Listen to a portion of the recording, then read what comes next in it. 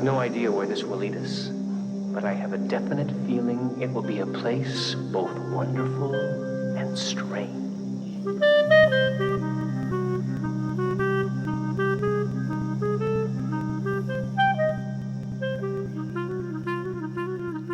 Hello, and welcome to the Wonderful and Strange Twin Peaks Logcast. I'm Kalil, and with me today is the baby laxative to my nose. Both, such as the Unplugged Professor and baby laxative, you should not be putting up your nose in general. It is not recommended by any doctor or professor for that matter. I guess maybe some. And both of them are full of crap. Well, the laxative makes you full of crap. Yes. Whereas the Unplugged Professor is just full of crap. No, I think I'm making you be filled with crap because clearly you can't handle my presence, and I'm sorry for you personally. I'm sorry because I'm amazing. I'm sorry as well that we ended up splitting our episode into two parts again. Please forgive us. We have so much to say about the missing pieces. We're giving all sorts of content. I'm not sorry. I am proud of this moment, but don't leave. Please stay. Please stay. I repent and prostrate my knee before you. No, you're sitting. Listener Kalil's just sitting in the chair. It's a metaphor. Hey, we're back. Looney Tunes back in action style for Fire Walk with Me, The Missing Pieces, Part 2. I'm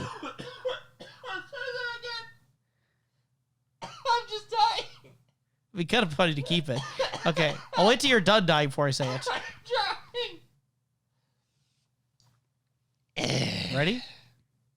And yeah, we're back. Looney Tunes back in action style with Fire Walk Me, Missing Pieces, Part 2. Part 2? Before we get crack-a-lackin' here with the alternate extended scenes of Fire Walk with Me, one thing that was kind of in the background, simmering, percolating, if you will, that I don't think we fully addressed, and I want to fully address now, is exactly what our perceptions of canon are at this time. Knowing that Twin Peaks is already quite messy in terms of what things are, I've mentioned that the missing pieces took I think I might have said 15 years. It's 22 years before they actually came out. And if these are just called deleted scenes and were maybe just a few scenes, we'd probably just say, oh, it's just some extra stuff left off the cutting room floor. No, instead we got about 22 years of wait, and in between there, David Lynch says that he wants a specific form to these freaking deleted scenes. Right, I tried to do some research off the pod to find out, hey, did David Lynch come up with the name Missing Pieces? Had he been trying to get these released? What's going on? And there's not really anything concrete. I was reading some IMDb trivia that suggested in 2008 he had been contacting the distribution company that had the rights over this footage, and he was working with CBS and Fox to get this released. But again, it came out 22 years after the movie. I don't know. And in between, he had, Lost Highway, Mulholland Drive, Inland Empire. How focused was he on getting the missing pieces out, and how important were the missing pieces to him? So I just want to talk a little bit about canon and figuring out what we do with that. Okay. In case the listener is really not aware of these things at all, which is totally fine, canon is a loose term that's used a lot of times to imply what is true about a fictional narrative. So, by the way, Kalil did air quotes. I did do air quotes. I try to imply them in the vocals, but that's always hard.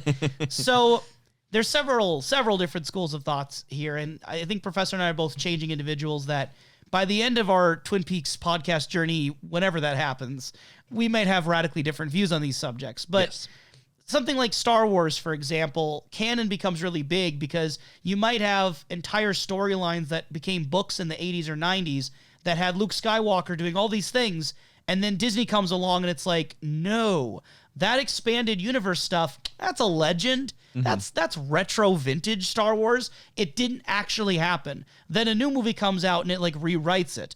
But if you were reading those books in the 80s or 90s, when you read it, you might have considered it canon to you. It might have been true for you.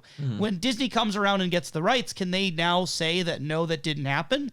Well, it's a fictional universe. It's kind of whatever you want it to be. It's kind of what you want it to be, even though some people might believe in a sacred timeline. Wink, wink, Loki, wink, wink. So neither of us believe in that in reality for fiction. We both subscribe fairly to the idea of death of the author, that at the end of the day, the author says something that doesn't mean it's the case. Yes. If J.K. Rowling, I'm going to pick on her a little bit here, if she says in a tweet that, yeah, Dumbledore, he was gay the whole time, but then it's not actually in the books explicitly.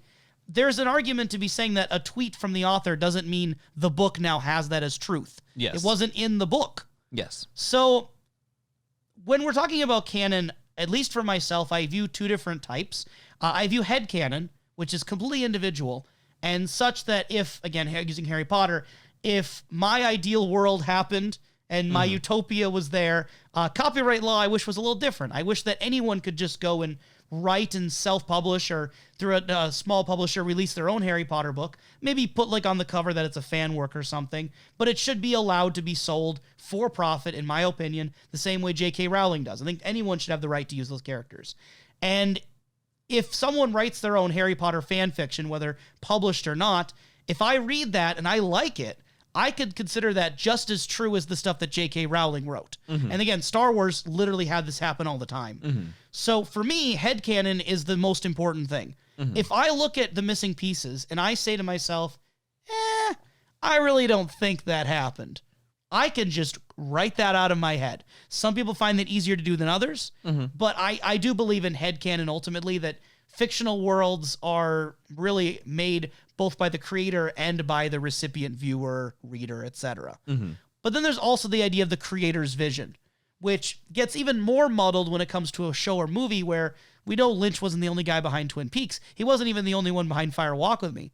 When you add in, we had another writer in the form of Robert Engels, and you add in all the different people that were involved in production and casting and all these different things that ended up falling in. When David Lynch decided to do this version of Fire Walk with Me, he obviously didn't include the missing pieces, but felt the missing pieces were still important enough to release in some other format. In a specific format, mind you. In a specific format. If we go by the information we're reading, he was pretty adamant, again, no for sure source here on Lynch, but from what we're reading, he was very adamant on saying that it shouldn't be made into a director's cut. He didn't want these scenes put back into the Fire Walk with Me as a whole. He didn't want them to go and drag him into the movie. He said, supposedly, the theatrical cut is his cut. And if you know much about David Lynch, after Dune happened, he has been insisting all the time on final cut. Oh, I'm sorry. You mean Judas Booth, right? I mean Judas Booth. I was telling the professor about this. I thought it was pretty funny. I was reading Wikipedia about it, but I believe this is true. Is that following Dune, it was agreed upon for a made-for-TV release to compile a expanded cut of the movie that added like an hour of footage back into the movie. And David Lynch disavowed it because it wasn't what he wanted. So they had to put like pseudonyms in there. So instead of David Lynch as the writer or the screenplay, it said Judas Booth because he was compiling Judas Iscariot and John Wilkes Booth. It's like David Lynch was like, yes, like Jesus and Abraham Lincoln, I too have been betrayed by mankind. Look upon my hands and the back of my head for my wounds. And it's a simultaneously kind of seems petty, but also very, very funny. And just shows that, David Lynch is extremely protective over his releases. So the fact that these scenes he didn't want in the movie tell us that he didn't think that they were vital to this movie, but he still shot them, made them, and one of them released 22 years later. What do you do with that? So, Professor, I've vomited out a lot of words. Yes. What are your opinions of canon overall in terms of fiction? And then where do you think missing pieces land for you with canon? Well, as far as canon in general, I do believe that there are different sentiments to canon. Headcanon being a very popular one, I think also between yourself and myself. I think that there are variants to it in which, call me mad, but even if I don't like something... You're mad! If I think that it's valid for the material and I don't like it, I might still put it into a form of headcanon itself. So it's not always the greatest hits, I find. There's also the sense of, yes, the writer and the overall production's intentions and what goes into that singular vision. I think that there's also an area in which you can try to put together a canon that you think is very fitting that can go against the writer's intentions as well as your personal thoughts. I think that there is some form of middle ground, especially in complicated matters. And sometimes I do think that I tread that line when it comes to something like Twin Peaks. In truth, when it comes to Twin Peaks, I'm looking at something like Fire Walk with Me as a larger emotional journey that's transfixed on Laura Palmer. as the metaphor goes, she's hurtling through the space and burning up. That tone is consistent. I think, as far as the majority of scenes, at least, through Fire Walks With Me's Missing Pieces, it doesn't really match in with that tone, and if I insert it into there, I don't think it matches as much. So again, it's not usually inside of the general intentions I have. It's not something in which I think is the author's intentions, per se, but I think that The Missing Pieces is such a unique piece of media, especially without confusing it, as it almost has to walk that line. It's Schrodinger's canon, right? So, like, simultaneously, yes, these things happened, but these things also did not happen. It's very strange, because if I understand what you're saying, your feeling is that a lot of these scenes, with maybe one or two exceptions, wouldn't fit Fire Walk With Me because of their tonal difference. I think that they won't fit with their tonal difference, but also because I'm also looking at other pieces of material in which I can hardly rely on as far as canon. I think that, as you've said before, there are some inconsistencies that people can point out between the points of media. It's going to get messy. It's most certainly is going to get messy. I've told you already that even the name of the 2017 series is really confusing because it's called Twin Peaks Season 3. It's also called Twin Peaks The Return, and it's also called Twin Peaks A Limited Series Event, or it's just called Twin Peaks 2017. And it's also unclear if it's a movie or a TV show. David Lynch will say it's an 18-part movie. Other people will say it's a TV show. That is why, for the time being, I move forward with the overall intentions that all of these are intentional points in some form in history of branching paths that is Twin Peaks. Humans are so, like us humans, I don't mean to sound like I'm a robot or an alien or something. Humans are so strange. No, I mean, people are weird, though, because at the end of the day, all of Twin Peaks is the production of many, many different people over many, many different years. Yes. And it's just especially bad at hiding how messy it is. But even, like, going back to J.K. Rowling for a moment, if she was writing Harry Potter and she decided that when she was writing a draft, let's say of the third one, the Azkaban of Secrets or whatever you want to call it, and the Prisoner of Sorcerer's Stone, and she's writing this, and she decides to write a scene where Ron Weasley gets mugged. And she likes this scene. She thinks in her head, definitely Ron Weasley got mugged as this child. Yes. But then she decides, that really doesn't fit the tone. Or worse yet, her editor decides it doesn't really fit the tone, or the publisher decides, and it just gets scrapped. Usually with a book, we don't see the scrapped pages materialize as a product. That's where deleted scenes are kind of unique for movies, and this is 2 hours of it called Missing Pieces. It's very specific name, very specific place. I think that 2 hours of Ron Weasley getting mugged. I think that as far as Twin Peaks goes for me, and how much I'm going to fit in a sense of continuity for myself, I think that's the means of feeling and the means of emotion. Twin Peaks as an emotional piece, I'm more so probably going to be more transfixed on, more than if someone has something different on their wall or if people's motivations change all of a sudden. I think that this, so far from what I've experienced, Twin Peaks is a unique enough property that I feel like I almost have to go in with that mindset for myself. Yeah, it's extremely meta, and it's extremely, like, convoluted, and there's so many different opinions where, like, David Lynch even dropped off a lot of season 2. Like, there's so many elements of whose Twin Peaks do you believe in. Like, my headcanon, I do kind of consider The Secret Diary of Laura Palmer, quote-unquote, more canon than I do The Missing Pieces. What's more important, David Lynch's scraps that he still made and released, or his daughter's book, even though she hadn't been part of the show or the movie? It's all contentious. It's all contentious. I find that my favorite metaphor as far as this goes is what Fire Walk With Me being at least the very focus of a painting.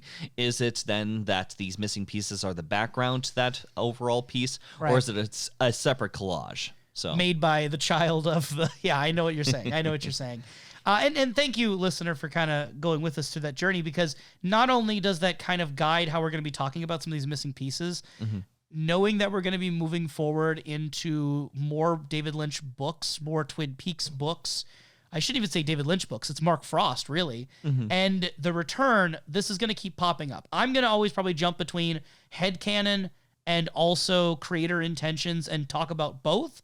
At the end of the day, though, I think every individual Twin Peaks fan is going to make those determinations for themselves of what really happened in Twin Peaks? And as what far- was a dream? What was an hallucination? Et cetera, et cetera. And as far as it goes for me, I'd probably, again, stick to more headcanon, and I'm probably going to focus on more of the emotional beats. Does this work for this form of media, even though it may warp our idea of Twin Peaks, and maybe even add or subtract from it? I think with all these areas of instability and confusion, we should just agree right now on something that is kind of an ipso facto obvious truth. Mike is the man. Like, no matter what sort of distinctions you and I may have about Okay, because this was going to go either one of two different ways. It was either going to be James is always cool or Mike is the man. Oh, I thought we were going to go Doc Hayward. No, why would I ever possibly do that? It's because they're magical words. Magical Latin legal phrases. So Mike is the man. We had this scene originally in Fire Walk With Me, but a much shorter version. Yes. And so the missing piece is has two things going for it. One, it actually gives context, some things we were already kind of wondering, because we thought it was weird that they yelled at them but then didn't offer a ride. Well, now they kind of do. No, they did offer a ride. And then also we get the whole entire scene from their backs.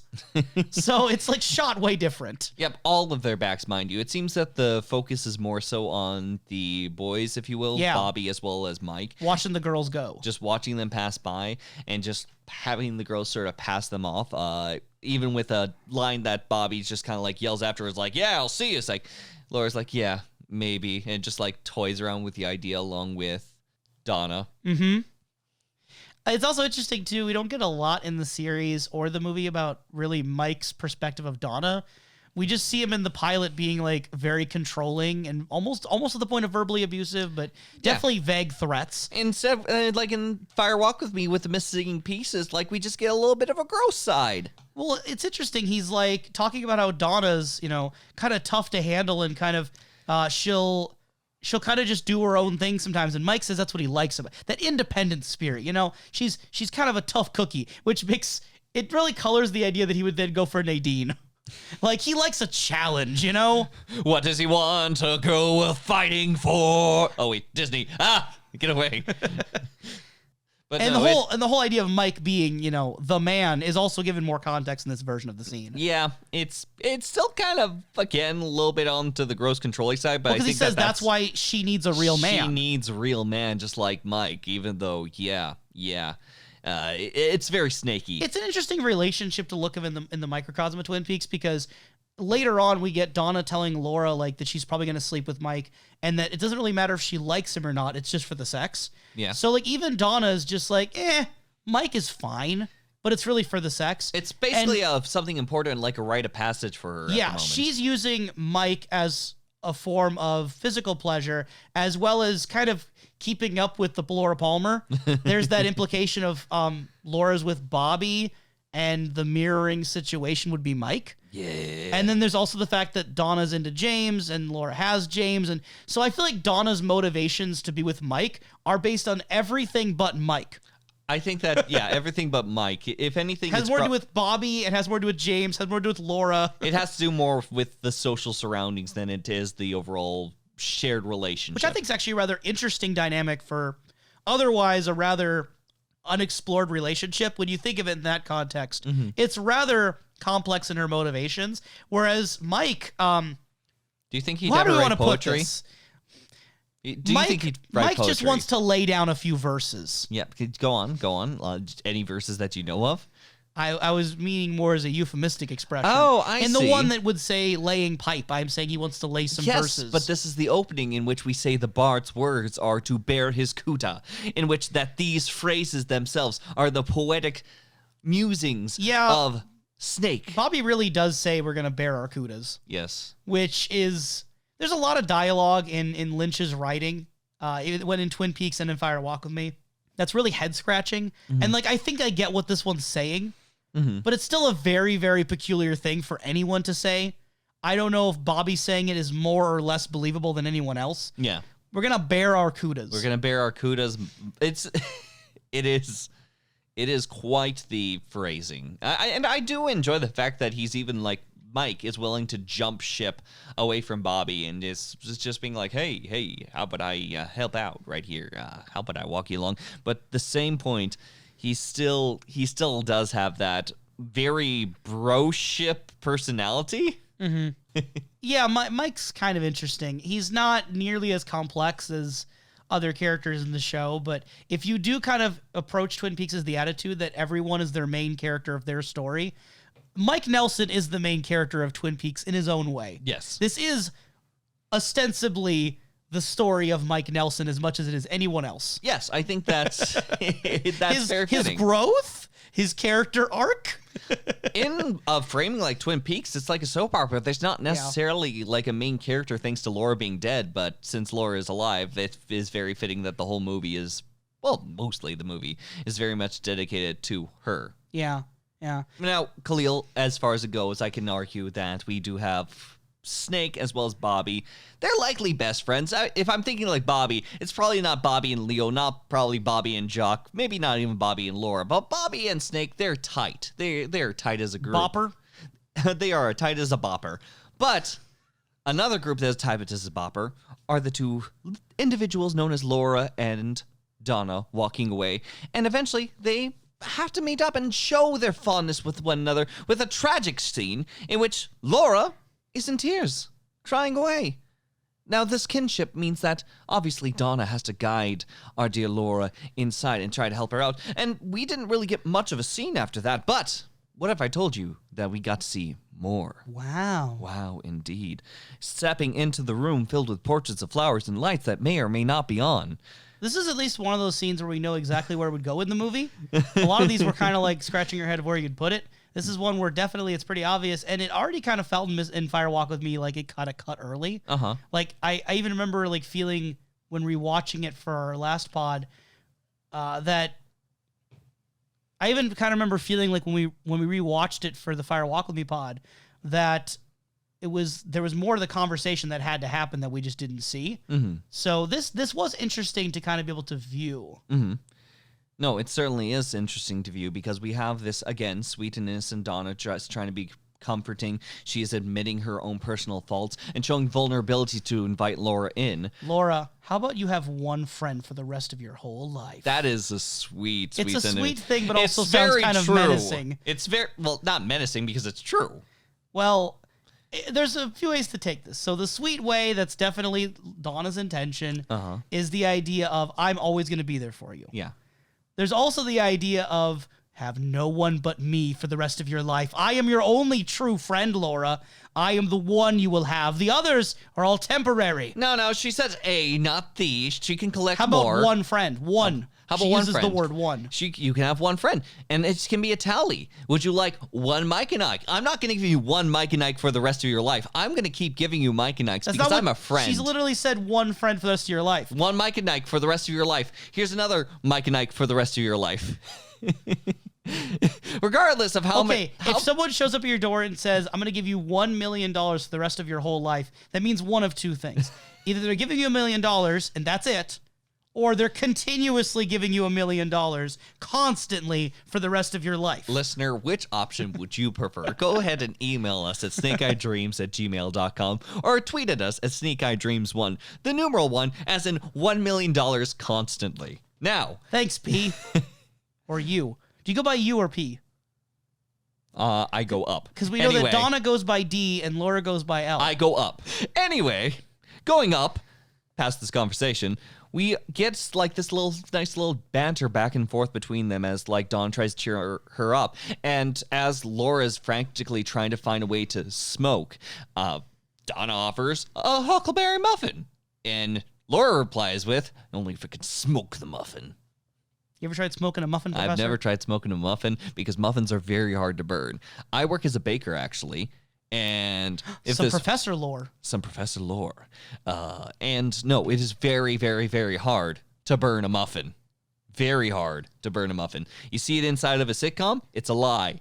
As someone who has trained for years to try to burn muffins, you have to actively try to burn a muffin. So, unfortunately, that would cause probably too much trouble. Maybe it's a good thing then that Laura's the muffin, because she's worried, when she flies through space faster and faster and faster, she's going to burn up. But if she's a muffin, she's going to be very hard for her to burn up. It'd be very hard for her to burn up. But as far as things burning out, let's talk about Doc Hayward's act, in which he comes out right around the corner after Donna asks for some huckleberry muffins. It goes, ipso facto, and No rose. No red rose. No red rose. Also noticing that if we want to be extremely specific on things, there was a lamp to the right of Donna that earlier in the scene was not lit. But then when Donna introduces, hey, do you want the muffin? The light is on. They want the muffin. And the light remains on the rest of that scene. And the light behind Doc Hayward, when he enters in, goes off and remains off for the rest of the scene.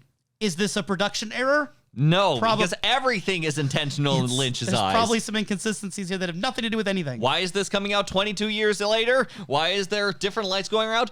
Why is there specifically 7 blueberries in a muffin? Huckleberry. All of them. Don't even dare say blueberries or huckleberries. Huckleberries are blue. No. Anyway. Well, okay, they are, but that's like saying strawberries are red berries. Like, that's not the same thing. Thank you very much. Yes, they are. Anyway, he comes in and tries to cheer him up with a rose, and the rose never comes up again. And that's kind of fitting, if you will, if you get me, except it's a different color. Rose of a different color. Just as sweet. But he goes around, sits around the corner, and Eileen Hayward... Yes. You remembered her name. I remembered because it just popped in my head, thankfully. She scoots around with specifically 7 blue huckleberry muffins and presents them to the whole group. And they're all together, one big, happy kind of family. And like huckleberries in a muffin, they are stuck together. Yep, all stuck together. They're... The most notable thing about this deleted scene, this missing piece, though, is the conversation that begins happening. Very one-sided conversation, I suppose, between Doc Hayward to Laura. Yes, and maybe involving little Donna. Yeah, it's a little unclear as far as the objective facts of the situation. There is a cut where off-screen we hear paper crinkling. It then later goes to Doc Hayward holding a little slip of paper. We cannot read legibly what's on the paper. Yep, and we don't know if he pulled it out or if he was given it. That's kind of interpretive. Yes, he goes, what's this? And then Donna's like, a prescription. And then... He shakes his head a little. He's like, no, it's not a prescription. And he that's when Donna leans into his ear, whispers something, and then he just continues, this is not a prescription. It's a secret message for Laura. And Donna seems to be in on this because she's nodding her head. She's kind of encouraging this. Yes, no, it is. And Doc Hayward either is reading the slip or... has this just on the cuff that he just says this to Laura. Most likely the latter, but again, in all fairness, who knows what's on that note? Yes. He says, the angels will return, and when you see the one that's meant to help you, you will weep with joy. And Doc Hayward smiling and kind of reclines back in his seat. Music starts to rise, if you will. And Laura is obviously emotionally affected by this because she's been having some angel thoughts recently. And she will be emotionally affected by it later on. But no, it's this very fun moment. And we're going to talk more about the angel in just a moment. Oh, yeah. But what I love about this is that immediately it is cut off by... a phone call from Leland, as if Bob almost knew. Sense a disturbance in the Force. A disturbance in the Black Lodge Force. I sense a wizard in the wizardry Voldemort. Yep, and in the wizardry Voldemort, she is told to go home to the Voldemort. I don't know where this is going, but we're going to say home that is very the case. ominous in this movie. Yes. Whatever home is. Yeah, it's kind of strange. I mean, the most logical interpretation I think we were able to parse out through repeatedly watching this part. Again. This specific scene is that Donna probably gave that slip to Doc Hayward. It is a prescription of some kind, but there's something weird about the way it's written and what it looks like. The Doc Hayward's like, what is this? What's going on? And then Donna being like, it's a prescription. You need to go give my friend Laura some help. Whisper, whisper, whisper. You're so good at the advice. Trust me, whisper, and then Doc whisper. Hayward either tapped into some sort of spiritual energy the way that the log does, because it's very similar to the log lady's whole, like, when a fire starts, blah, blah, blah. Like, it's very on the nose. It's two sides of the same coin, because one is a log and the other is the man with chainsaw hands. How did the log become to be? Kalil, we have unlocked the secret lore in Twin Peaks. And what is a prescription notice if not a log of the patient's needs? A record keeping. Yes. But yeah, in any case, Doc Hayward says an incredibly on-the-nose thing that you could read to be like a prediction or a warning. It becomes rather ominous if you know where the movie goes at the end. Yes. But again, it indicates the possibility that maybe it's a good thing, because if we take what Doc Hayward's saying literally, when you see the one that's meant to help you, you will weep with joy. You and I are both kind of speculating what's the emotion that Laura's going through at the end. It's rather ambiguous. This would suggest she's weeping with joy. Now, mind you, maybe like if the phone call didn't happen, there would just be a moment of silence, and Doc Hayward would say, and that's the wrong thing. You should run away, Laura. This is a very bad situation you're in. So yeah, this would lead you to believe that the ending is a positive one, that weeping for joy is a good thing. It's like a reassuring note. It is interesting, again, that David Lynch didn't feel that this was essential. If we go by the idea that the theatrical cut was a complete product to him, he did not think that this piece was vital to the original movie. Now, my statement onto it is that without it, I feel that the ending's much stronger because it leaves more to the mind to wander, to think, and try to read off from the situation. Not only that, but the tone from this kind of gives a little bit of levity to Laura, but again, that kind of goes away from flying into space, hurling fire, fire.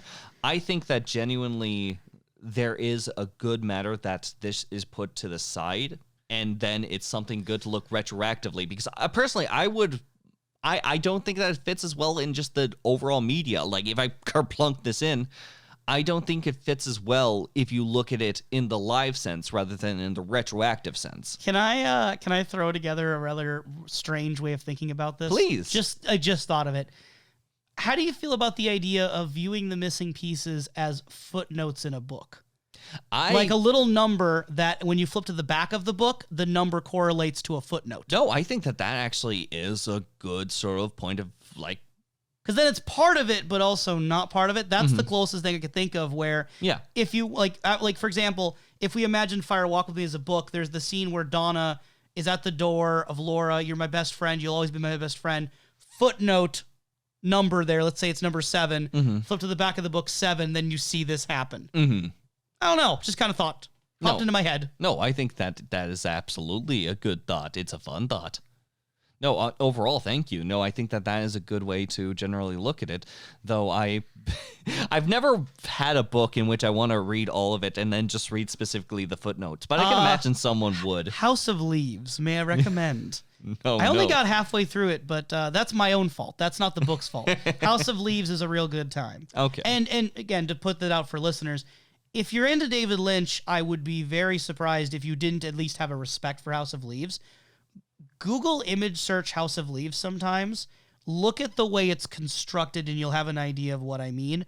But the footnotes are as vital as the rest of the non-footnote section and are like happening simultaneously, and it's got like a real avant-garde approach to literature. I'm not much of a reader, but House of Leaves is a very visually engaging form of book. Hashtag not sponsored. Hashtag, but if you want anyone who made the book and also wants to have this happen on the podcast, just saying. Anyway. Just saying. Professor. Yes. Who's the muffin? You're the muffin. No, I'm not the muffin. You're the muffin. I am not the muffin. Laura even says it for herself that she's the muffin. Now, at first, Laura does say that Donna's the muffin. Yeah, no, it seems like she's correcting. Like, it's like, you're the muffin.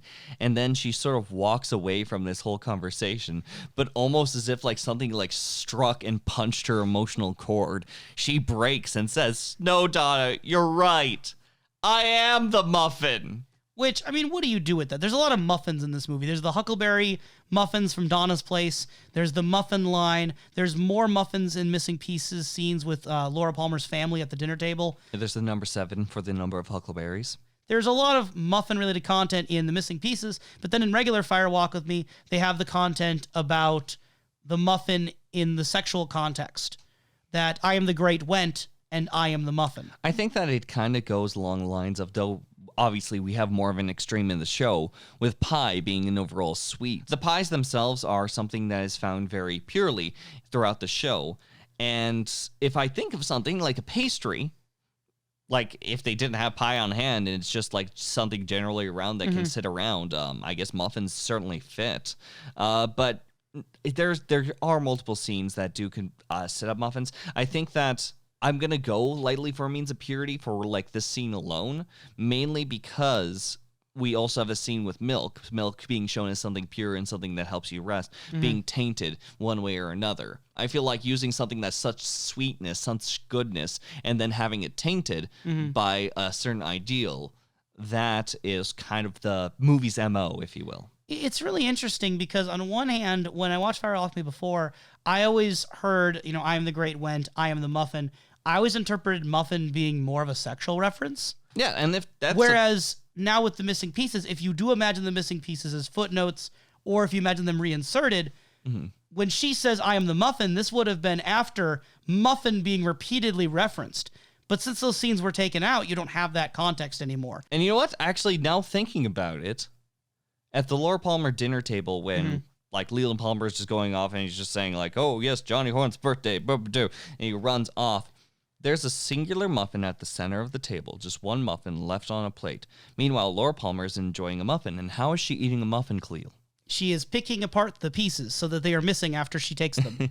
I think the more apt thing with this is not just the fact that like it's like piece by piece, but if she compares herself to the muffin, I am the muffin, and she's tearing the thing piece by piece. You could almost say that that's kind of like the movie itself, or just Laura Palmer's life itself. She's taking out the delicious. Oh no! She's taking out the sweet bits. Oh no! Piece by piece. 7 Huckleberries, 7 days of Laura Palmer. Yeah. Piece by piece. Taking out each one of the sweet little pieces of fruit. Yep. She's the Dalmatian. She's the white with the black spots. Cruella DeVille. No. But yeah, it's something that like is just like in a scene, but at the same time, with the context of the muffin, how can I not think stuff like this? Yeah, look, I'm not saying that Cruella is mandatory viewing for Twin Peaks. But no, I'm not saying that. Not saying that. I am not saying Listener, we're saying you don't need to watch Cruella, which will be on Disney Plus coming out in August, but is also currently in theaters as the time of this recording. Not saying it's essential. Not saying it's essential. Now, speaking of saying things, you were talking to me off pod a little bit, and as I'm apt to do, you said that because the fan, Laura's fan in her house above the stairs, because the fan talks now, it might be more menacing than the stairs. You also said that you would deny this. You would call me a dirty liar. Mm-hmm. And then I put in my notes, but this is true. And if you have further questions, please email us at snakeeyedreams@gmail.com or tweet at us at snakeeyedreams1. That's the numeral 1. As in, one time the professor admitted the fan is better. That's what my note says I have to tell you. Well, I'm sorry, but unfortunately, you did give our overall taglines, and I've got to ask, I deny all of this. And if there's any lawyers out there, specifically for a case such as this, you're free to contact those as well to assist me in this case of defamatory nature from Kalil. I also did tell the professor upon reviewing that fans kind of look like flowers in a weird way, that the fan blades can look like petals, because there is so much flower imagery throughout. I'm sure it's in Fire Walk With Me a lot, but I think because a lot of the missing pieces take place at like the Palmer household and the Hayward household, you really see the floral patterns. Yep. There are flower pictures on like every wall in the Hayward house, as well as like Hayward lamps, holders for like flowers, everything that could possibly be made into like patterns on a couch. They're all going to be floral. Hey. The curtains, everything. Hey, and guess what? As far as flowers go, not only is it a great furniture item, they're also great on dresses. Like Annie's. Flowers. Oh, I also got to finally point out to the professor that the episode where Maddie is killed by Leland, if you go back to that episode called Lonely Souls, Maddie is wearing what looks like a blue robe with a flower that's likely a rose on it. She's literally wearing a blue rose robe. This is where, again, I think that things get recontextualized that maybe originally didn't have that meaning, but then in retrospect get taken back up. Lynch also was involved with the writing and directing on that episode. It's one of the episodes he was part of before the ending of season 2. So make of that what you will. Yeah. Make of that what you will. Yeah. And it goes back to the idea that Laura, when she died, wrapped in plastic, was almost like a bouquet of a blue rose. Where does like Bob and Leland store all that plastic? Like this is like 3 times in a row in which they just threw out to the river a bundle of dead. Yeah, it's a great question. Speaking of bundles of dead, back to the ceiling fan. So This is an extended version of a shot we got very, very briefly in Fire Walk with Me, where there's just some light coming off from the fan and the blades and the whoosh whoosh. Yeah, but it's noticeably lighter than a lot of the film. Lighter in terms of intensity of brightness, not softness. Yes. It's not lighter as in it's a soft light. It's lighter as in a burning bright light. This is probably, I think you would agree with me, the easiest, if not one of the easiest scenes you could reincorporate into the Fire Walk with Me without any tonal problems or timeline issues. It's fairly clear where you could put this. It fits everything. I personally wish this had been included. It adds only a small amount of time. I really think that they could have added this an extra, a minute, 2 minutes of time, and it would have been worth it. So Laura is straight up talking to her ceiling fan, and we get the line where I want to taste through your mouth. Bob is breathing very heavily. I put with lingering fan imagery, but I typed it as lingerie fan imagery. Yeah. Which I'm going to let you figure out what lingerie fan imagery is. Sure. And then there's a light on Laura's face. When we first watched this scene... It's just like, yay, okay, Professor, you look at, there's lines on her face. It's like, oh, wait, yeah, no, you're right. And I'm not even joking. One of the best ways this could have gone... The professor and I were so both looking at the way that the shadow lines looked on her face, almost like electric lines bobbing up and down, right? The waves through the air up and down, that we just kind of glanced down after looking at that to her mouth. And it was a jump scare effect. When you watch the scene normally and just, take in everything, it's a slow, creeping, eerie mouth. When you hyper focus on the lines, then look down. It's creepypasta. Insane. It's a creepypasta. It's a jump scare. Which I found very, very effective on accident. That's not the intent of how to watch it, I don't think. You don't get frightened by someone who wants to taste through your mouth? It doesn't normally happen to me. Oh. I'm sorry. Does that happen to you a lot, Professor? Anyway. We do get a moment that sort of snaps her out of it inside of this intense scene. When Sarah Palmer, her mom, calls for her. Yep, she runs around the corner, looks at her up the stairs, and while Laura Palmer's snapping out of this daze, Sarah Palmer just goes ahead and just says, "Where is my blue sweater?" And at this time, the fan blades slow down. You can almost hear it powering down. That moment where Bob was kind of filtering through Laura. We got that little image of what Laura would be like if Bob was in her, right? And now we sort of get that taken out with Sarah Palmer, which it's interesting then that hearing her mother's voice is what takes Laura out of that Bob mode. Hey, Kalil, guess what? What? Sarah Palmer is doing some extra acting that isn't just her being sad. Wow. Isn't that great? Yeah. No, seriously, honestly. She is getting into this overall motherly role that has a bit of layering on top of it. I do enjoy the banter between Laura Palmer and Sarah Palmer that I'm just looking at this as wow, why didn't we get more Sarah Palmer? While Sarah Palmer is bringing in groceries and so on, they're having some mild banter and dialogue between one another. While she's bumming a cigarette off her. She's currently holding the cigarette because she makes it a point saying hey, bring back the cigarette when she's getting ready to go run off with the car and being you'll never get addicted if you don't start. It seems that she's not quite aware of that situation, but she also acknowledges her own flaws inside that. And again, the way that the line is delivered is so nice. There's a bit of jumpiness to it. And there's just a later point in which she kind of gets into conflict with Laura because Laura returns home and Sarah Palmer is just what's up with this? Yeah, why'd you lie to me? Where's my blue sweater? What's going on? Well, she found her blue sweater. That's where she found out the secret. Right, about the school books. Yeah, she said that she was going to go off as she was going to get some studying done, if you will. And while Sarah Palmer was looking for her blue sweater, she found the books. She was not doing what she had told Sarah Palmer about. There had been a lie that had been brought through while she was just doing mundane tasks. At first, Laura seems betrayed, but it's easy to kind of put her tail between her legs when confronted with this.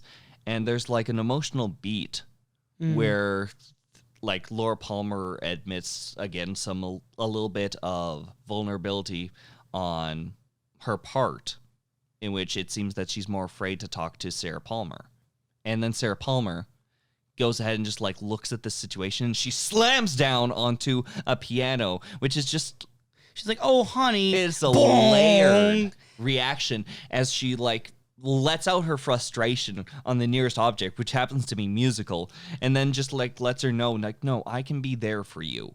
If it wasn't for the copious amounts of control as well as the potential points of drugging and just maybe some oversights purposely done on Sarah Palmer's part, this is the most supportive person we've seen in Laura's life that isn't trying to get something out of her. It is a marked difference for how she's portrayed in the diary. Yes. The diary portrays the mother a little bit differently, but that's also filtered through Laura's perceptions of her mother. Yes. Which you could argue that a lot of it might be a teenage daughter who's going through an incredible amount of trauma and stress, and her nightmares are blurring with her reality, that maybe her mother was more supportive than she realized. And we do get to see a bit more of connection with Laura Palmer with her mother, as when that light scene ended that we just brought up, and she's like, she has the blue sweater that was mentioned before. She's actively wearing it. the thing she's looking for. And she's just actively saying, like, where is my blue sweater? And Laura, like, in a daze, just, like, snapping out something horrifying. He's like, Mom, what are you wearing? Right. And that's when that mixture of emotional snap mixed in with, like, realization that she has it on, she begins to break down and move to the other room. And she's obviously very distraught. Like, this is something that's happened to her before, that she's having these memory issues, which we've already talked about her. Is it confirmed that she's being drugged? Like, I know it's being heavily implied, but has it ever been confirmed that... I mean, Leland Palmer was very, like, intensely feeding her the milk. So if that's not showing that she's getting actively drugged, that means that she's just getting the calcium intake that she needs. Okay, hold on. I hate to do this to you. Yeah. So... if we take coffee as the thing that makes you alert, is milk the thing that calms you down? Yeah, we've been over this. Right. So it's not opposites. necessarily drugging her. It's more sedating her with the calm, sleepy milk that makes it so she's kind of like not fully paying attention. She's not alert. She's just being calmed down and soothed. I mean, that can be a case. And I think may not that's even be the big drugs. case. I still think it's strongly drugs, mainly because, I believe Bob would go down and stoop and corrupt something that seems pure. Sure. I think that thematically works. Yeah. But there's also the sense that B, there's a lot of screaming that goes on in the household, mystical or not, as she's tossing and turning, seeing white horses. To say that, like, she might be experiencing that whenever Leland needs to do what he needs to do.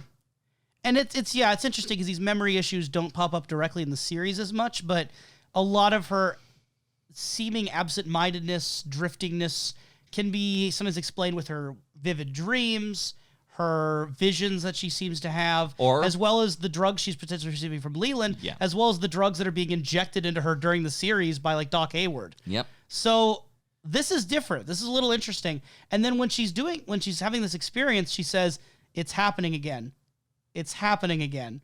And then it's happening again. And Laura Palmer's calming her down. But the thing is that it's not affirmation. It's the opposite. She's saying, like, no, it's not. And trying to ground her. But at the same time, what it is left entirely as a mystery. And one thing I will say to David Lynch's credit, as well as Robert Engl's, is that while season 2, a lot of times I think went over the same sort of imagery over and over and over again to the point of maybe beating a dead owl, this imagery... Oh, no! It's already dead. No! Anyway, the Fire Walk With Me imagery, a lot of it's been interestingly recontextualized, and a lot of the stuff that it really draws on hasn't been beaten to death. So we have the snapping fingers pointing downward in the Power and Glory scene. Yes. And now we have the it's happening again, it's happening again, it's happening again. I don't think I'm reaching to call that a reference to some degree, considering that it's being said in the Palmer household, and it's said to Laura, and it's said 3 times. If it was just one time, I'd be like, whatever. But she literally says it 3 times. So I kind of like that a lot of the stuff that's repeated from Fire Walk With Me is at least being done in new ways, and there's a lot of new imagery and new things. With all the electricity, the jade ring, it's giving more than it's, like, repeating. Yes. I agree. And speaking of giving, the gift that keeps on giving is Leo Johnson in this movie. Oh, no. So we open up on the United Methodist Church, which prompted the Unplugged Professor to say out of nowhere, quote, "I've seen Jesus at least 3 times today," when we first watched this. It was like 1 a.m., and he just said that out of nowhere. And then we just get this scene of people walking out of a church and was like, what's going on? What's the context? And it followed up like a Sarah Palmer scene. So I'm thinking, okay, well, maybe the Palmers went to church. And just like my comment, like, no, we just cut straight to Leo Johnson as well as Shelley. And the thing is that it fits so much better with the prior scene with like Laura Palmer and Sarah Palmer, but for some reason the scene is called Sunday at the Johnsons. There we go. We need to imply, hey guys, the day is Sunday. Yeah, so the church does a couple things. So one, it implies the idea of a time, a date. It cements Twin Peaks in more of a day. Yes. Because it is clearly a Sunday church session. And it shows that Christianity exists in Twin Peaks. Well, we have quite a bit of Christianity. You and I were talking off pod a bit about this, but Ronette praying to get saved at the end works for her. The situation with Major Briggs, he's reading Revelation. We'll get to that in a moment. And then Annie at the end of season 2, with her prayers seeming to have survived, at least physically. Spiritually, it's a little dubious right now, but she made it out of there. Yes. And didn't seem to get taken over or corrupted or trapped. No, instead it seems like she was almost able to use the power towards her own advantage, seeing as like her lines are repeated, one inside the room and one in a different timeline in a dream in a different place. And we mentioned last time how Major Briggs maybe got the better version of the Philip Jeffries trip. Yeah. Now where Major Briggs was only gone for a little while, went back home. Jeffries has been gone for 2 years and is still all over the place. Yeah. It seems like not only does Christianity exist in Twin Peaks, it generally benefits those who follow it. Yeah, in which we do see that Leo Johnson is at least not attending church at the moment that we see, but likely just doesn't attend church. I think the only thing really with the church that I think is notable is that we do have power lines in the foreground. They're not the direct, obvious thing to look at. Your eye's more likely to be drawn to the people leaving the church because it's moving. The moving people at the middle of the screen, probably more your focal point than the stable power lines at the top. Yes. But the power lines being in the foreground and also seemingly connected to the church, there is that idea of the electricity, the current being tied to spirituality, possibly even the menace of that power line through the church is interesting. Yeah. There's implications, but nothing really done with them. It just feels very weird and random that David Lynch felt like they needed to show this outside the church. But I'm willing to forgive the random church scene because it blesses us with truly the funniest moment in all of Fire Walk With Me and all of the missing pieces. One of my maybe even top 5 funniest moments in all of Twin Peaks. Meanwhile, I freaking love this missing piece of Leo. And meanwhile, while I'm watching this, it makes Leo Johnson all the more horrifying for not only his general living situation, but also because of how he obsesses. So the scene we see is that there's this kitchen floor and Leo is scrubbing like he was in the Fire Walk With Me cut. We're getting much more of the context before. And he's just scrubbing continuously this one spot in a circular motion in the floor. Meanwhile, if you look around the scene, the floor is just filthy to the immediate right of him. Our left, his right, you get the idea. And there's just filth over the floor. So he's just preoccupied with cleaning this one spot. And I normally like to just talk lightly about the things. I assume the listeners viewed the material already. I need, for my own sake, I need to say Leo's words. Some people may not have. Again, we cannot say that everyone does. They might Leo just enjoy speak. us. I want Leo to speak through my mouth right now. Go ahead. Okay. Go ahead. We do not condone Leo Johnson. Leo Johnson is still a horrifying character, and please know that this levity is only because it is a very humorous moment, and we, again, do not know Leo Johnson. Go on.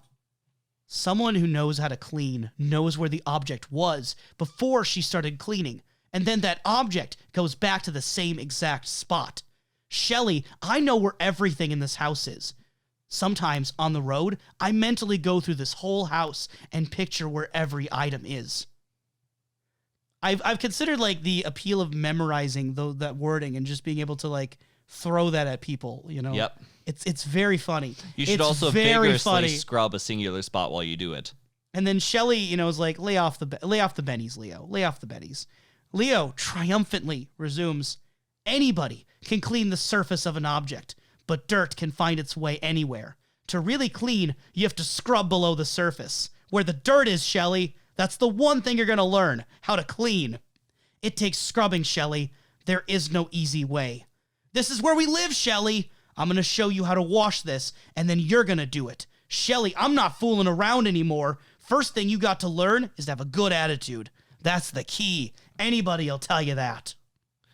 And it's just it's Lynch, right? It's that thing where it takes an everyday activity and it blurs the line between horror and comedy in a very dark humor and very absurd horror type of way that few other writers and filmmakers, I think, really tap into very effectively. Yeah. This is a scene of a domestic abuser, trucker, drug trafficking boyfriend who is repeatedly scrubbing one spot on the floor while lecturing his wife, who literally has to go to work, about the merits of really, truly scrubbing.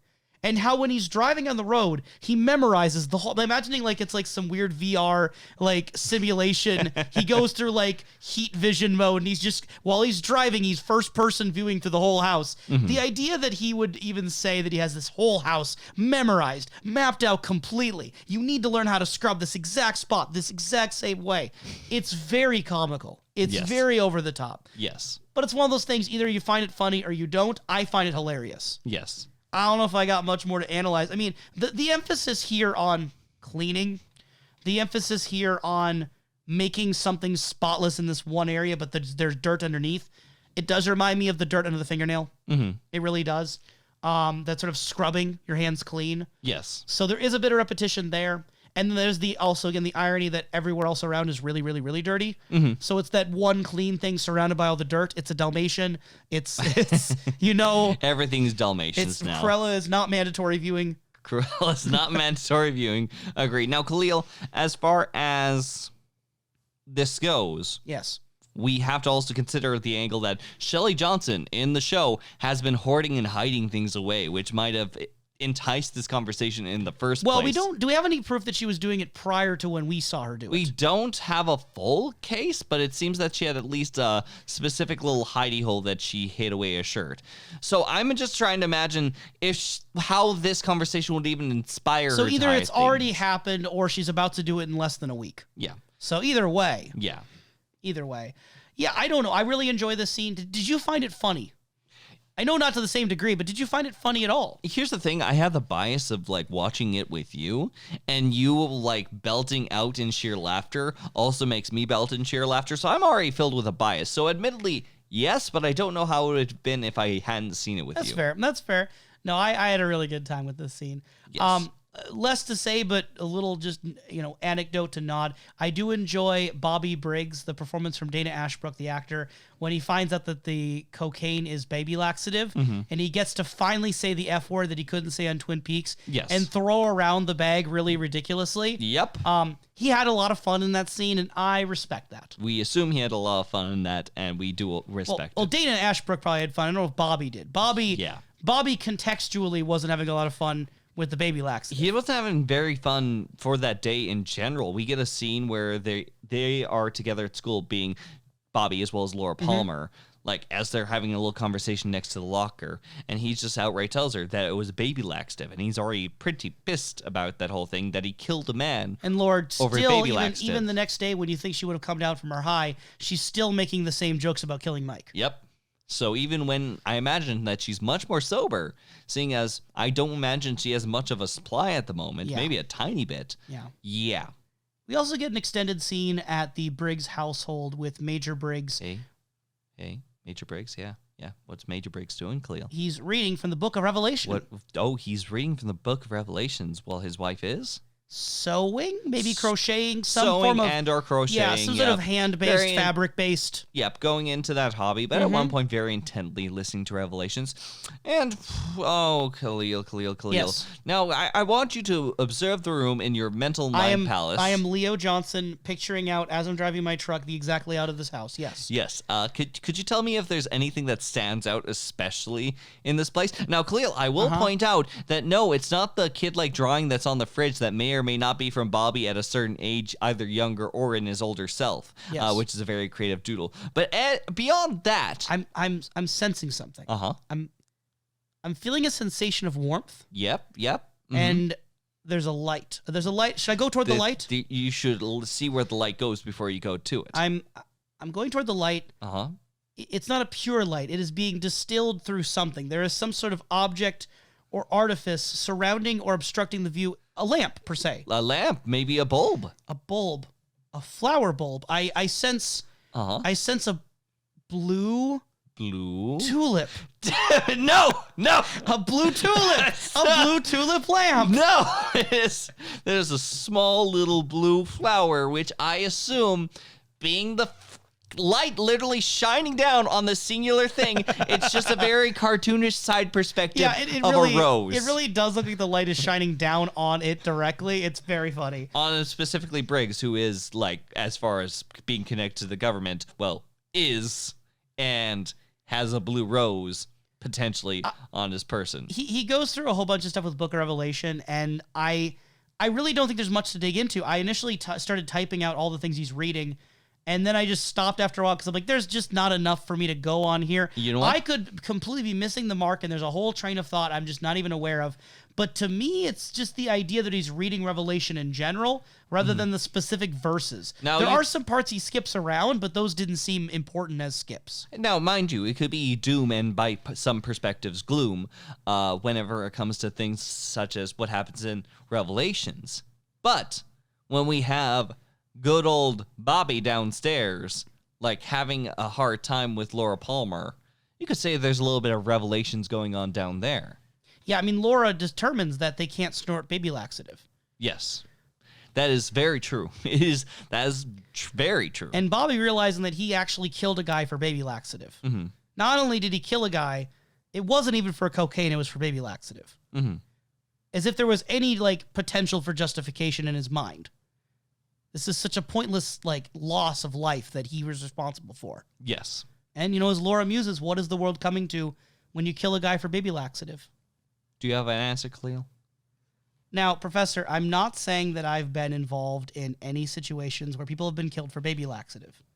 Mm-hmm. But if I had been involved in those situations, I wouldn't feel any regret. Oh, boy. Well, it seems that there are a little bit of different emotions going through, other than a lack of regret between these two no longer really lovebirds. We have just a bit of a struggle between two of them, as we have an extended dialogue scene between them in which it's much more of a slower realization coming from Bobby, almost as if he's like desperately trying to cling on and just trying to get something from Laura that is absolutely absent. We already got the implications of this before, but this adds a lot more to it. It does. The pacing of it adds a lot to it, especially to the point where he does get desperate. And when he does realize it, that's when Laura Palmer, like, almost, there's a lot of sadness that sort of comes through her from what I see, in which, like, she even, like, leans down to kiss Bobby, but even, like, covers her hand when she does it.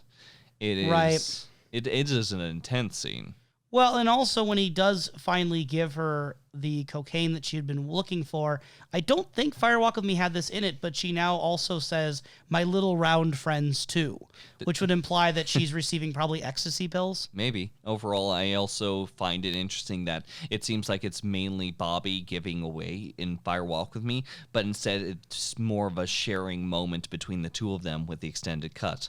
Before, of course, they end up walking out of the basement, saying their goodbyes, in which I feel Bobby's giving a much more gentle good night or night, while she just simply says bye, like something that's very cut off. Are you and I both very proud and happy of the fact that there's a lot more Bobby content in The Missing Pieces than James? Yeah. No, that's it. That's an easy contest, friend.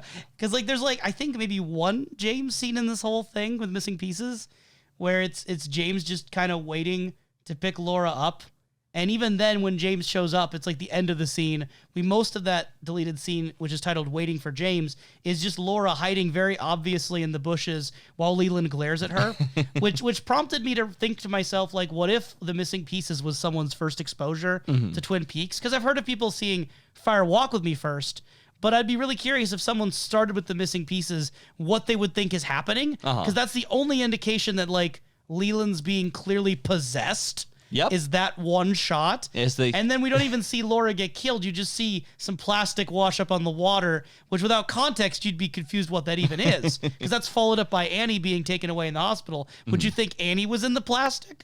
I don't know. Just amusing thought. It definitely is amusing, if anything. I also find it very amusing as Bobby sort of just walks away from the overall encounter, that he just, like, picks up a cigarette, and almost, like, instinctively, as soon as he hears the sound, you hear Major Briggs goes, Bobby, put out your cigarette. He doesn't listen. He just continues walking. But as far as anyone knows, the rest of the night goes. Bobby smokes in the cigarette, thinks to himself, while Major Briggs reads revelations to his wife as they become more romantically involved under the speaking of blood and all sorts of fun events that are involved with revelations. Now, it seems that there is a heavy division between this family, a very finite division in the family. And that's what we can kind of assume maybe in the Laura Palmer household, that there is a fair division in the family just from some interactions. But what we are granted from the missing pieces is actually a little bit more of unity.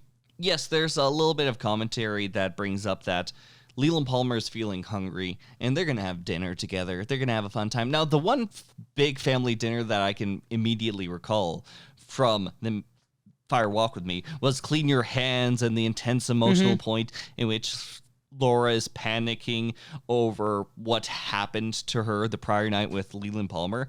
But we have a moment where Leland Palmer just stomps into the room and goes, "I'm hungry." No. I want my axe. Where's my axe? Where's my axe? I'm hungry. It's in an order. Yes. But regardless, there's a need of hunger, there's a need of axe, and so a board is flipped around with axe. I will say, this is one of the deleted scenes I had seen prior. I think I had caught a few of the deleted scenes earlier when I first watched Fire Walk With Me years ago. So I knew about this one. And I remember really, really enjoying this one back in the day. I mean, it's absolutely charming. They have joyful banter between one another. And there's a point in which Leland Palmer saying, "The Norwegians are coming. I'd like you to be able to say, hello, how are you? My name is blank." And it's all shared around the table. It's paced nice and slowly. It's a very cozy environment. And as they get very much into it and you hear them laughing, it's this very nice feeling of joy. And overall, it just feels like something that is very absent from the movie on this very kindredness, on a personality of Leland that I feel we recognize at his breaking point, but in a more aloof and more comfortable way. And again, Sarah Palmer kind of rolling her eyes but getting engaged in the situation, and where Laura Palmer kind of almost meets somewhere in there, but more on her mother's side. Yeah, it's really interesting, the exchanges of emotions, because when he first appears with the whole axe spiel, you can tell that Laura and Sarah Palmer really don't know where this is going. Yeah. And considering the other dinner scene we saw in Fire Walk With Me, it feels like Leland at the dinner table can go one of several ways. And it's where's this going? What's he going to do?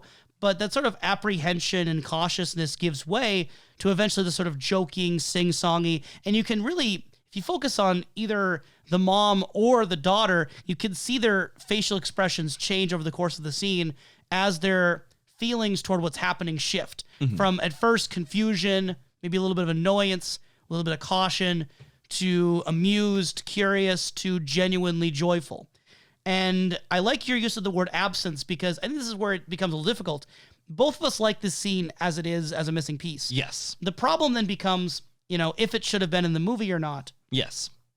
This is missing from Fire Walk With Me. The question is this better to be in there to give more of a positive, well-rounded idea of Leland and a happy moment of the family that'll just deepen the cut of the bad stuff? Or is it better to have it be an absence where the movie doesn't have this moment of joy and levity and it can keep more tonal consistency? This is a subjective, what do you want to do with it? Now, we both agree that if we added in all the missing pieces, it would be a tonal jumping all over the place. It would be a mess. But to me, this is different from the 2x4 situation with Pete and Del Mibler, because this one, yes, it's levity, but I think it's levity that could potentially add to the tragedy. And that's an element that I like. So this is a scene that, yes, I wish would have been in there. But I do understand and respect the position of someone who would say that, no, Fire Walk With Me should be 100% depressing 100% of the time. Well, not just 100% depressing, but it's a direct tonal shift to what Twin Peaks usually is. And for the vast majority of the film, it is different from Twin Peaks. It's as you had said before, or rather we kind of went back and forth before, Twin Peaks being scooped out of this. If we put this scene inside of here, I don't know if I would have that same emotion. For me, the first watching of Fire Walk with Me, selfishly, was an experience. It was something in which I was a melded bit of Play-Doh, and I don't know if an area of levity would aid to that, or if it would have just been a strange hiccup in it. You'll never know, and that's one of the joys of podcasting with you with this, is that people get to have more of that immediate, oftentimes first experience, or at least first time vocalizing your experiences, where you can't really ever get back that first time viewing it. You can always wonder what if, but unless you have Sarah Palmer's amnesia, you usually remember the movie experience. But yes. Oh, but yes, just to address it, I do still feel that Twin Peaks Fire Walk with Me, though it is not like Twin Peaks and is much away from Twin Peaks, I still recognize it as Twin Peaks and I still feel it's Twin Peaks. But it's this weird situation where it's the mold of Twin Peaks without the filling. It's Twin Peaks' shadow. Twin Peaks' shadow, perhaps. That's the way I think of it. It's like maybe a crime scene for me in which you write the chalk around Twin Peaks. I was going to say that. It's Laura Palmer's chalk. Yeah. Although that'd be in the water. That wouldn't really work, would it? I guess you could do the chalk at the train car. Yes. Train car. But no, when we're considering all sorts of like fondness and relationships and unity, I think of moments in which like we just wander out in the middle of nowhere, come up to a random truck and say, "Hey man, do you mind if I hold your stick?" That's what I do personally. And it seems Laura Palmer has somewhat of the same idea, except she has Leo, a director in the direction. I have this philosophy about life. In life, it's always someone's party. It's always someone's party. Question is, whose party is it? Oh, it seems that it's both of theirs for different reasons. Sometimes, Laura's with her fix. Sometimes it's your party. Sometimes someone's party means it can't be your party. Now, you want to find the people in your life that when you're partying, they're partying too. If not with you, then for you. You may now step off the podium for your speech, President-elect Kalil. This is a very quick little scene with the driving. Yeah. It does establish that they're going to the Power and Glory. It does establish kind of Leo's connections and the way that Laura's using sex as social currency with Leo's group of people to get from point A to point B. And how, like, Leo may be connected enough with Laura Palmer that he is suggesting her. And now, while Laura's obviously too much on cocaine right now to drive, thankfully someone can be behind the wheel who is totally not distracted as he's driving. And speaking of... and meanwhile, like, he's driving the stick of it, and she's just playing with a bop it. Okay, so we're bopping down the road later to the Power and the Glory. Oh, God, it's like, it's shaking, it's juddering, as both, like, Donna and Laura with their respective individuals that Buck they met in the bar. and Tommy. Don't care about their names. Donutting all around. They are flying around the road, but it does not shake inside the vehicle. And eventually, it just like stops and twirls around next to Cooper tires. Ooh. And no, that's when they get out of the car and they get ready to go out. There's this weird exchange where it seems like Donna is like, it's emphasizing that she's choosing to be a little bit more pure despite her prior actions. What a downer you are. Yeah, downer. Why aren't you taking cocaine? You're drinking with us. You're driving with us. Cocaine, man. But they're still taking her to the party. Make sure to feed your farm, or how did it go, Kalil? Okay, no.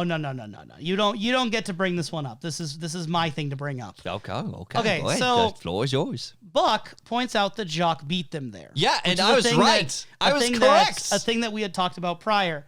And again, we had talked without having seen the missing pieces. This was new information for sure. And and Tommy, Buck's friend, he's looking for him. And he yells back, like zipping up his pants, "I'm choking the farm, Fed." And no, go for more so of a stereotypical like 70s style. Like I'm choking the farm, Fed. Yep, there we go. Yeah. So there's a lot of lines again that Lynch writes where I'm like, we're gonna go barracudas. We're going to go barracudas. Lines like that. And I'm like, I kind of get what you're doing here. This is one of the more baffling ones for me. This is not a phrase. I didn't go through Urban Dictionary and just go through the muck and dirge of it all to try to find this. Not sponsored by Urban Dictionary, No, by the way. not at all. Please, no. But if you're interested. No. The first thing that comes to my mind is choking the chicken. The thing is that choking the chicken as a phrase, as a euphemism, does not mean what I think he was doing. Yeah. Now, I'm not ruling it out as a possibility. These people are very open with their sexuality. Mm-hmm. But I thought he was just peeing. That's what it seemed like, right? He's been drinking a lot. He just got off the road. He's going to go pee. That makes the most amount of sense, right? Why would you refer to peeing as choking the farm fed? Well, clearly you weren't hip in 1989, clearly. I don't think this guy was hip in 1989. No one says this. And speaking of not hip, when they go inside the bar area, they have this big old sign above the bar that says Canada and US of F-A-A. Notice I didn't say the word, Professor did. I didn't. I said Fogan. Oh, careful. We're not sponsored by them either. Wait, what? The peanut butter brand. Oh. We're not sponsored by them. But if you're interested.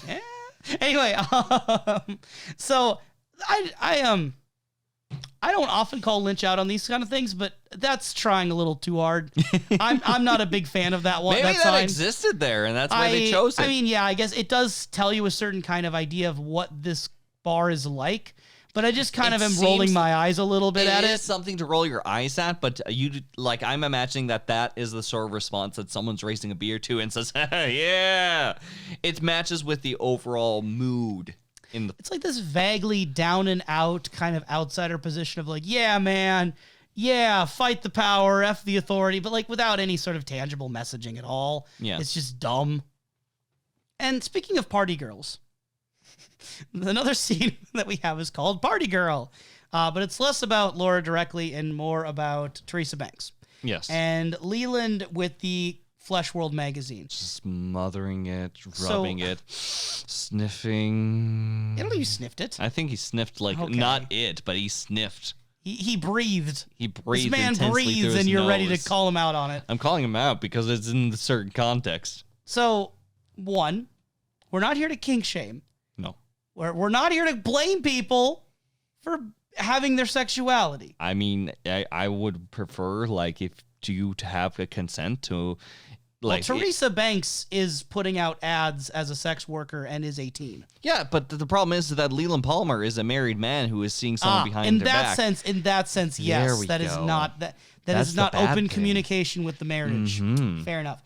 So, a couple things here to note. One, I feel like I've never really fully said, Flesh World is a terrifying name for a magazine. Yes. I can definitely see where, Silent Hill and horror elements take Twin Peaks and run with them. Because they chose a name that is simultaneously, yes, it is about sex. It is about physicality, the bodies, I get it. But when you hear about flesh, it oftentimes has the incorporation of demons. Trust me, come have some flesh, boy. Have our flesh. And the other thing is, when I'm looking at the scene, is this Bob or is this Leland? Flesh or is it both? 50% off. Lettuce is 50% off. I agree. So my question for you, Professor, is do you think this was Bob, Leland, or both calling for Teresa Banks to invite a party? I think Bob's existence is that Leland already has certain wishes and ideals. I think the first scene where he has the magazine and is on the phone, that is Leland giving in to his wishes and his desires. So Leland knows he's having an affair. Or about to. I am very confident that this is one of his darker elements. Again, we cannot say that. I don't think Bob is excellent for what he already does with Leland's darker dealings. He doesn't seem like an accountant type of guy, but Leland does, and Leland already does dark dealings. To say that he can't do other dark dealings is something that is too quickly assumptive. And just judging from the overall acting of it, it seems that Bob's acting through Leland is much more different than these softer moments with Leland. I think that there is a point where Leland pops out from time to time that is separate from Bob, but he's still acting as very lecherously comparatively to Bob. And while we do not see Wyndham Earl pop up, we are talking about diamonds. Red Diamond City Motel. Yeah, it sure is a diamond. It sure is a diamond. That is sure a diamond. I don't know if there's any other diamond imagery in the movie.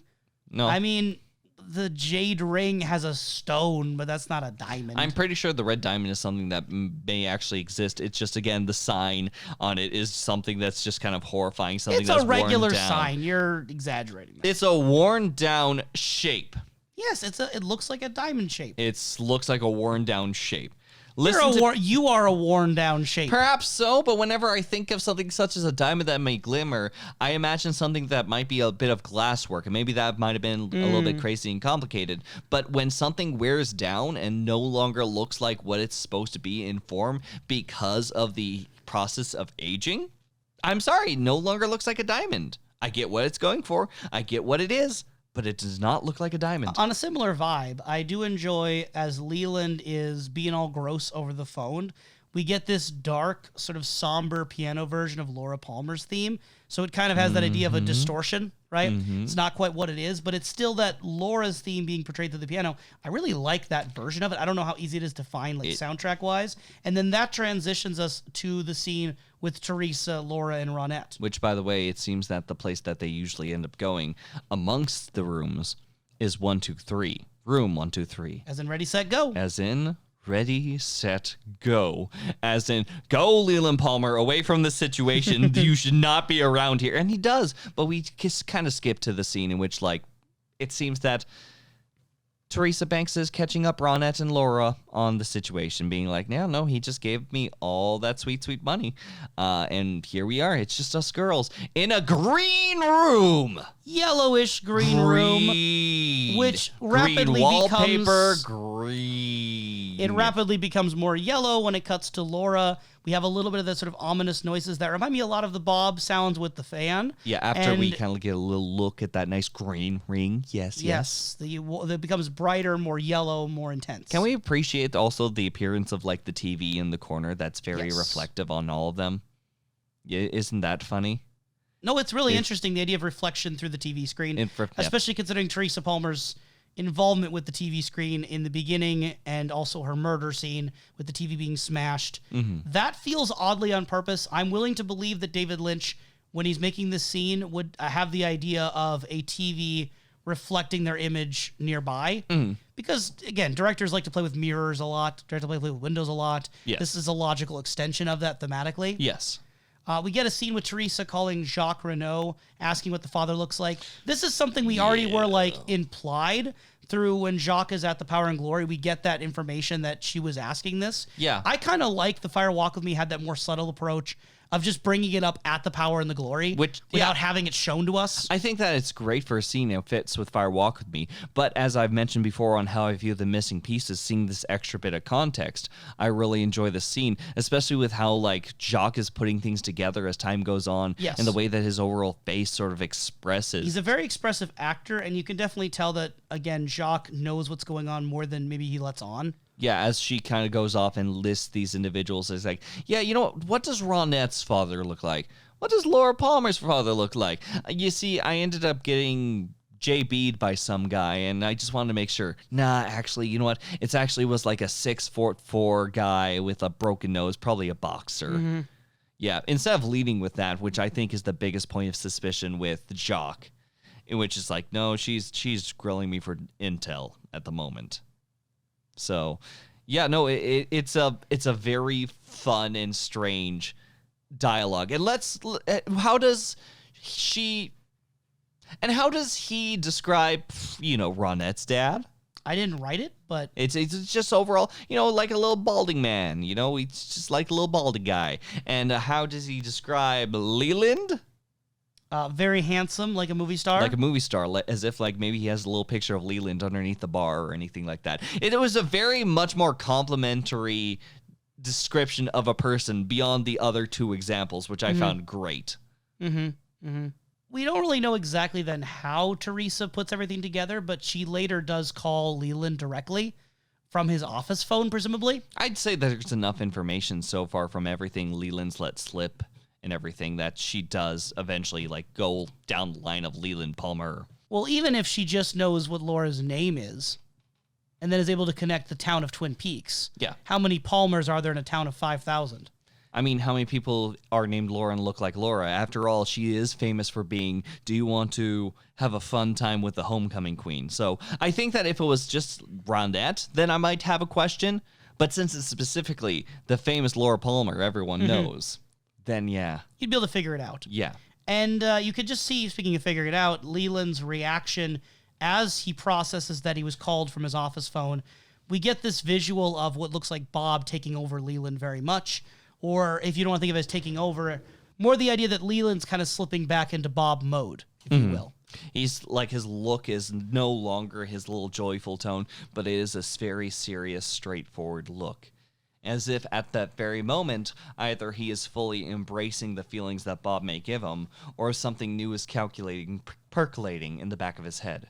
And honestly, when I consider the look on Leland Palmer's face, the pure sense of hatred in his eyes, I think about how Laura Palmer hates asparagus. Which she's wrong about. Asparagus is a really good vegetable. Yeah, it seems that, honestly, Sarah Palmer's not really having much of it, saying that's because it's good for you. Which Laura Palmer not liking something that's good for her, like... It makes sense. But asparagus is delicious. And it also makes sense that there's a lemon on the counter. Anyway. Yeah, it totally does. Yep, there's a lemon on the counter. If you don't know what we counter. mean, go rewatch that scene and look for the lemon. And if you can't, just imagine the lemon. Anyway, we eventually go our way upstairs after learning of Johnny Horn's birthday and getting things prepared for the day, and she opens up her journal, a very familiar journal, I believe was in the film, but we didn't really go too far deep into it. She grabs a little key, she gives a little bit of a snort, and there's more of a weight in this, like she's actually thinking to herself for a moment. Kalil, there was something fascinating about this journal that I've never seen before, and it's categorized by the year. Yeah, if we looked at this correctly, we looked at it for a while, is that it has 19 printed on it and then enough space for you to write in. And she wrote in 88 and then 89 on the one below. Yep. She is cataloging the year. And one of the years is just like something passive, like Kitty got a new collar. Something very cute. But 1980... Either for literally her cat or... potentially it being euphemism and expression for something else almost in a coded language. Yeah, does Jupiter exist, or is that just something in the sky? Well, based on the year it was written, that was a more recent event, whereas Jupiter would have been in the past if they're the same timeline. Timelines are fun. Timelines are fun! But speaking of timelines, Yes. 1989 was listed as day one, and then had a key underneath it. I don't understand. I feel like if we compared this to the pilot, I don't even know if this matches up. Yeah. It's very strange, and maybe we're just missing something, but she definitely wrote in 88 and 89 next to the 19 for the year. Yeah, so that means that this is at least a book she's had for about a year. And she is also, I imagine, was actually one of the other journals in which it's very strangely categorized. And this is not the secret diary, it's the public diary that they had access to. This would have had the nervous about meeting Jay tonight entry. And it also has like the key that has like overall like residue on it. That makes sense. Day one is still something that I'm racking my head with. What is this day, do you think, for Laura Palmer? Just like I honestly am lost. I honestly am lost at what that is. Then in the meantime, for everyone, since we're both lost, just like listen to like that New Day song that came from the Goofy movie. I think it's a nice bop. What? Not sponsored. What? Anyway. Speaking of residue, the log lady has some tear residue in her eyes. Oh, okay. There's a very, very short missing piece of the log lady cradling her log, crying in the night. The log looks a little fake, by the way. It also appears, like, chronologically in the missing pieces, like, right before we see Laura's body in the plastic. So this would be, like, late into the movie. I'm almost imagining, like, pretty soon after Laura's legitimately killed, the log lady senses that disturbance in the Force. The wizarding magic in the Voldemort. I imagine that just from the overall order of the scenes, this would likely be when Laura Palmer is either killed or after she sees the thing inside of the room. Because we hear like an echoey kind of scream in this scene. Yes, it's a hopeless scream. She's looking hopelessly in the air as if someone had died, and likely someone did. I think it's also interesting the lack of light in the log lady's cabin at that moment. Because we know that she doesn't believe in having the fireplace on. Oh, yeah, she'll board it up. Yeah, from the, if we consider them canon, the log lady intros. Actually, that's interesting, because if she wants them boarded up and she doesn't like fire, electricity is also bad. There's no electricity. Oh, the horror of the night and just hearing the owls in the back. Log Lady, I don't know where you need to move, but you need to move. In fact, when you kind of like think about it, like the Log Lady, even as mystical as she is, still seems to be a frail older woman in which is frightened inside of this overall area, and we don't see a vulnerability that much from the Log Lady except in this instance and when she kind of gets chopped at the end of it. As far as don't say she gets chopped. We don't know that's what happens. We don't know what happens, but regardless, something happens with the Log Lady.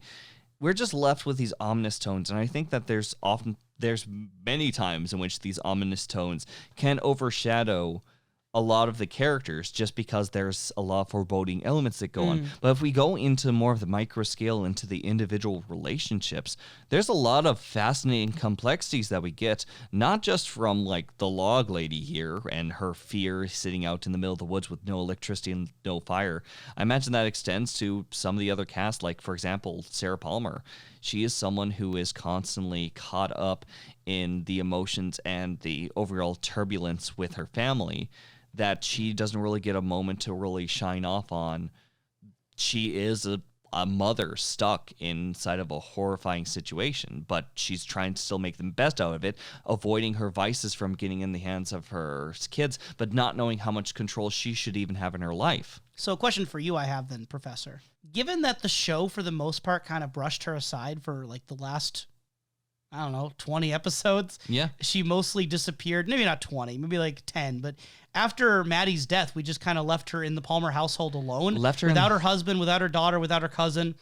Well, Laura's cousin. Mostly the closest person to her, seeing as the person who brings her by, is Dr. Jacoby of all people. Likely already having to deal with prescriptions, seeing that her overall box of medicine, as well as probably flying off from the medicine that she had been likely overdosed by Leland Palmer multiple times, and the potential visions of her overall pastime. So much is like pushed on this poor woman. Yeah, the last we see of her in the timeline would be her saying that she's in the Black Lodge with Dale Cooper in that distorted voice that, depending on which subtitles you're following, may or may not be Wyndham Earl in the subtitle. Yeah. It's very bizarre. And then Fire Walk With Me cut out a lot of the missing pieces that involved Sarah Palmer in Other Lights. So my question for you, I guess, is that looking at Sarah Palmer's character, it seemed like she was one that the missing pieces really did a lot for you, right? Yeah, no, because, again, we get to see her more than just the mom who lost her child, and we hardly even saw her as the woman who lost her husband. Do you think it's unfortunate then that the main series in Fire Walk With Me didn't do more with her? That it took until these deleted scenes released 20 years later to really get her? As far as the general idea of the medium, no, I think that things still work out very well without her on the side. But do I still want to see more? Do I still feel thankful for the missing pieces? Do I want to check out fan works that involve her? Absolutely. She is so fascinating with full potential. At this point, that was just a missed opportunity, I can see. A little stop that we didn't get a chance to explore as much. And that is sad because, oh no, Sarah Palmer. So when we look to the return then, are you hoping for her to be much in there? I only hope to be surprised for what to come, but I am still thankful of what I've got so far from Sarah Palmer. I remember you saying off pod you wanted her in the return. I'm calling you out on that a little bit. Of course, I want to see her inside of the return, but at the same time, I want a lot of things. I want a whole jamboree of things in which, admittedly, I'm not expecting. I don't think I've hoped traditionally. I want things, but hoping and just like looking forward to something I feel is different. So you want things, but do you need things? I don't need things. You don't need. No. You do not need, you only want. I only want. Excellent answer. So I have a wonderful and strange question of the week for you. Very good. Sir.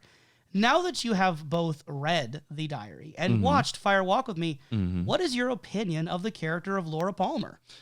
Very, very, very sad, tragic, lonely, and unfortunately is something that seems to be a potential cycle, seeing from the very end that we got with the nurse. I don't know how famous this nurse is herself and what sort of impacts that she may have in her life, but it's a cycle that is going to leave this tragic character likely as more of an angel and idol than what she really was for this community, a person. Now, I'm not really sure how to ask this specifically, but of all the characters in Twin Peaks, does Laura rank high as one of your favorites, kind of in the middle, toward lower? Because, like, you didn't really know her directly through the show, Yeah. but lately through the material you've been looking at, it's been a nonstop Laura fest. So I'm just curious, like, now that you've had a kind of moment to step back with more Laura, how interesting do you find her subjectively? Like, how high does she rank as a favorite? Oh, Kalil and your ranks. YouTube.com/Kalil ranks and maybe thing. Who knows? You should check it out. Anyway, plugging aside. I don't think you can do Unplugged Professors. YouTube.com/ it works. Oh, who knows? I think that's not how it works. Try it's it a URL. anyway. As Kalil ranks, you'll find it eventually, I'm sure. Dig the rabbit hole. I'm going to dig myself my own hole here. Actually, I don't think it's a controversial hole, really. I think that Laura Palmer does mark very high on my list. I don't know where on the list yet. Top 10? Maybe. I think that it's very likely. It's one of those points where I can say 90%, but I do not have all the cast right in front of me. No, but just as a ballpark, you would estimate as a around the top ballpark, 10. Around the top 10, Yeah. even if I may be so bold, I may be wrong. Top 5 even. Ooh, spicy. No, this movie did a lot for Laura Palmer. It really did aid her character, and it's something that's looking onto what is basically her story had left me very shaken to the point that I would just be standing around. If something impacts you that much, I think Laura Palmer's going to be sticking in my head for quite some time. And I don't know if maybe now it makes a little more sense why, when we first listened to the audiobook of The Secret Diary of Laura Palmer, that I was very insistent that, like, Cheryl Lee is so much Laura Palmer that I couldn't really imagine anyone else doing the narration. Yes. Like, you asked me what I thought of the person reading the audio, and it's like that's just Laura Palmer. Like, for me, it was really hard to imagine someone doing a better job of being Laura for the audiobook than Cheryl Lee. Yeah, no, it's very effective casting to cast the character as the reader. And again, I think it's one of those cases where now, if you ever do go back and re-listen to the audiobook, hearing her as Bob, it's a very strange experience. It is, but I think that makes it all the more enticing. Perspective is a fun thing, isn't it? Well, I hope you, listener, will join us next time for perspectives on the Season 2 Firewalk with Me diary look back. Extravaganza. Bonanza. Yes. Banana. Before we go to the extravagant banana that is the Twin Peaks, Twin Peaks special features, Twin Peaks books, and David Lynch overall films. Yes. Piece by piece. Movie by special feature, by book, by movie, not in that order. We're going all sorts of wild. And if you're wondering, will we get to the return? Yes. We will return. If you're asking when, yes. Yes. It's gonna be a while, but again, I will say it will be between now and how long was it between like the return and season 2? roughly 25 years. And roughly 25 years. Between now and roughly 25 years, we'll be at the return. And I hope you join us along the way. I am really excited to show the professor a lot of the David Lynch films. And I'm excited to introduce both of us to books that both of us have not read, because I really am excited for things such as the Dale Cooper book, My Life, My Tapes, as well as Welcome to Twin Peaks. And maybe some food along the way. And if there's one thing I hope our podcast can do, very humbly, I would hope that if there's something we're discussing that you haven't seen, haven't read, haven't tasted, I would hope that you would join us in that material as well and maybe expose yourself to some new Twin Peaks material that you hadn't uncovered. Yes. Some more David Lynch in your life. It's like the lemon on the counter. You are the lemon to my counter. And what's more dangerous, the lemon you know or the lemon you don't know? My axe.